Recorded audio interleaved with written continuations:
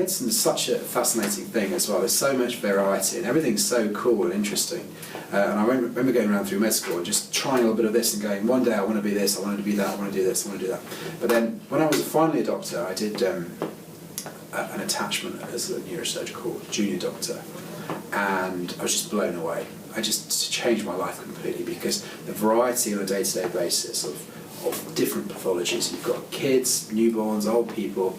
You've got people who've had trauma, people who've got tumours, people who've got degenerative problems with their spine and blood vessel problems. It's such a varied specialty, and it's also quite high risk as well. And so you really have to get the trust of the patient, and they have to trust you, and you have to trust them that they're going to do their end of the bargain also. And actually, when you've got a good rapport with them, you can achieve amazing things. So you can turn people who were unable to walk to actually able to walk again.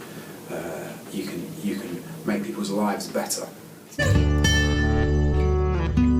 think the main challenge with neurosurgery is decision making.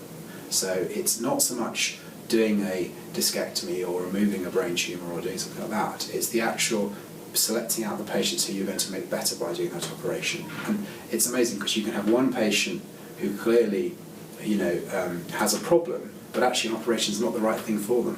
And then the corollary is true as well. So you can have some patients who really do benefit from quite a small operation. So it's very much about listening to the patients, what their problems are, rather than treating a scan, let's say, for instance, or a blood result, or a test. It's about actually working out what they need. But when they wake up and they're moving their legs, or they're moving their arms, or they're speaking, or whatever it is that's been the problem, it's one of the best feelings in the world. It really is. And when you meet with them and their family afterwards, and you can see their relief and their response to the operation, and that's just the most amazing feeling, because you feel like you've done something practical with your hands to help someone better. And then, I wouldn't put a price on that.